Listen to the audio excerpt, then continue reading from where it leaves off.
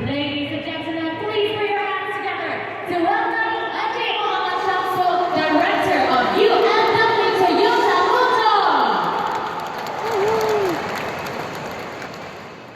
Folks, we're here in Genting Highlands with the 12th generation Corolla, and as you notice, I didn't say Altis, and that's because for this segment of the market, they are trying to bang hard on the Corolla name, not Altis. They will still be known as the Altis in Malaysia, but for regional, it's still the Corolla, and that's a great thing because since 1966, since the KE10, the Corolla name has been building, has been getting better, and this is the 12th generation. It's just been launched, priced at about 128,000, 888.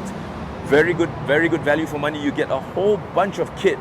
But let's talk about, before we talk about the kit, let's talk about the car itself. Now, as everybody knows, the Altis is just one level below the Camry.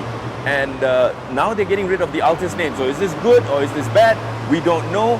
What we do know is the Corolla is a very compliant car to drive. And remember, it's a family car. It now has the TNGA chassis, which makes it stiffer. We just blasted up here just now, and it was holding its ground really well. It's comfortable, and yet it allows a modicum of handling dynamics. So don't forget, of course, it's not a GT3 RS or anything like that. It's a family sedan. But if you find yourself alone with nobody around and the traffic is sparse and the twists and turns come up, this car can deliver the goods. Follow me as I show you the inside right now. So again, upmarket stuff like keyless entry. The wing mirrors unfold. Now, there are many things that you can say about the Corolla. One of the things you can't say is that it's cheap, okay? And when I say cheap, I'm not talking about the price of the car. I'm talking about the feeling of the car. Corollas, as you know, in the past, like the KE30, the KE70, they were very basic cars. They were almost like Nissan Sunnies. Not this, because if you come inside with me for a little while, it's a bit tight here, but just follow me for a sec. So this is the interior of the Corolla. Now, one or two things that I really don't like about it. I don't like this big holder of the screen here. Now, all the screen is just this part. So this is just a frame. Now, this frame did not need to be this big. It could have been slightly smaller and make the aircon vents bigger. Okay, that's just a design thing. The next design thing I don't really like is this. There's a huge bolster here that protrudes very much into the cabin. Now, this could have been slightly slimmer and you'd have a little bit more space here. So yeah, there is an airbag here, and there's of course a driver's airbag as well, but it doesn't detach from the fact that it's a very spacious car. Now, as you know, I'm 190 cm, but the driving position is very comfortable. Of course, you get tilt and telescopic steering. Now, if you can have a look at the dashboard here, you can put it into sport mode, and the moment you do that, it turns red, which is pretty cool. So when you see red, it's actually, aggressive driving. And wireless charging for your phone down here. Wireless charging for your phone down here. The other driver aids that come with the Corolla now, because I remember my KE70 had no driver aids whatsoever, but in this Corolla, you get lane keep assist, which is this over here. You can turn it on, and you can see it on the dashboard there. LTA turned on, steering assist active.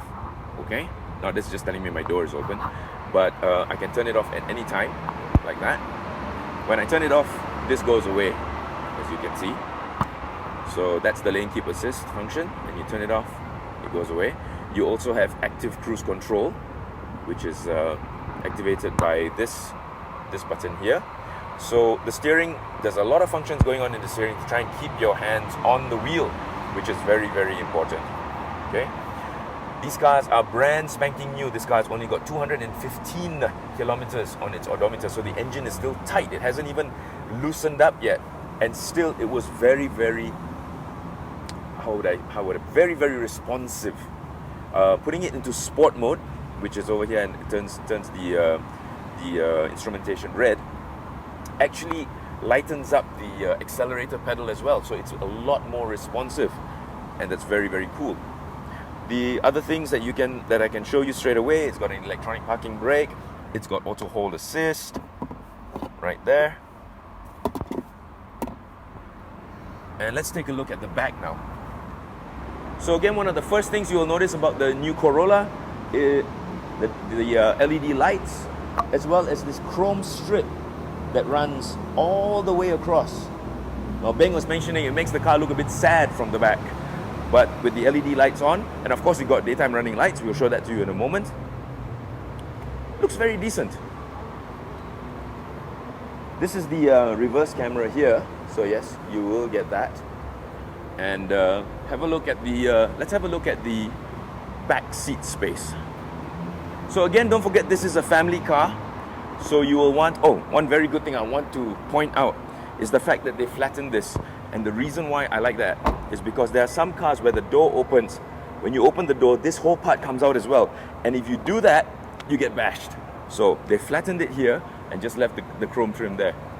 Good idea. So again, a family car. And this is the legroom I've got. Very nice. One of the tricks that they've done is actually shorten the seat. So you get a heck of a lot more legroom here like this. So if the seat was longer, you would have very little. So they've shortened the seat to increase the space. And as you know, Japanese have been building cars from the inside out for the longest time. This is a clear testament to that. So one of the things that very appealing about this car in terms of design is actually the front. So this is very Camry. If you notice these slats, this is very Camry. Beautiful daytime running lights. If I turn off the lights now, you'll see what I mean.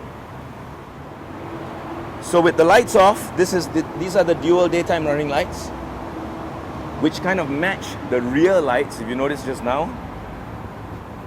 And the front face is very much Toyota. This is the Toyota front face that they're going for these days.